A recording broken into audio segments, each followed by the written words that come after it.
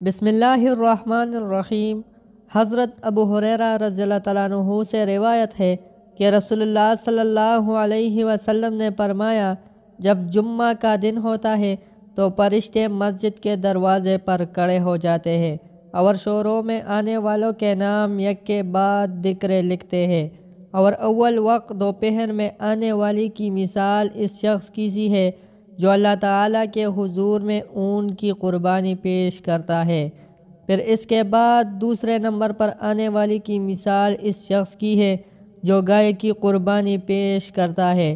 پھر اس کے بعد آنے والی کی مثال منڈا پیش کرنے والی کی ہے۔